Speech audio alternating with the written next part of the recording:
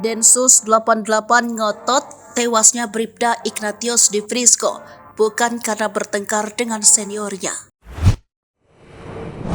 Densus 88 anti teror Polri menegaskan tidak ada pertengkaran dalam insiden tewasnya Bribda Ignatius Dwi Frisco Sirage.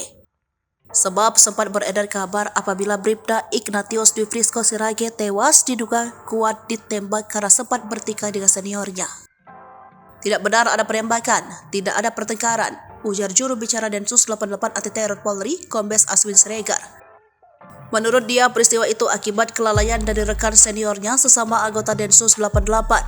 Seniornya tersebut sedang mengeluarkan senjata api dari dalam tas. Namun senjata api itu meletus hingga akhirnya menembak Bribda Ignatius. Senjata api yang meletus itu tambah Aswin milik Bribda IMS, yang mengatakan kasus dugaan kelalaian yang menyebabkan Bribda Ignatius tewas sedang ditangani tim gabungan khusus Densus 88 dan Polres Bogor. Kini Polri telah menetapkan Bribda IMS dan Bribka IG sebagai tersangka dalam insiden tersebut. Diberitakan sebelumnya Bribda Ignatius Dwi Frisco Sirage tewas diduga ditembak oleh dua polisi. Karopenmas Divisi Humas Polri Brigjen Ahmad Ramadan membenarkan adanya kejadian tersebut.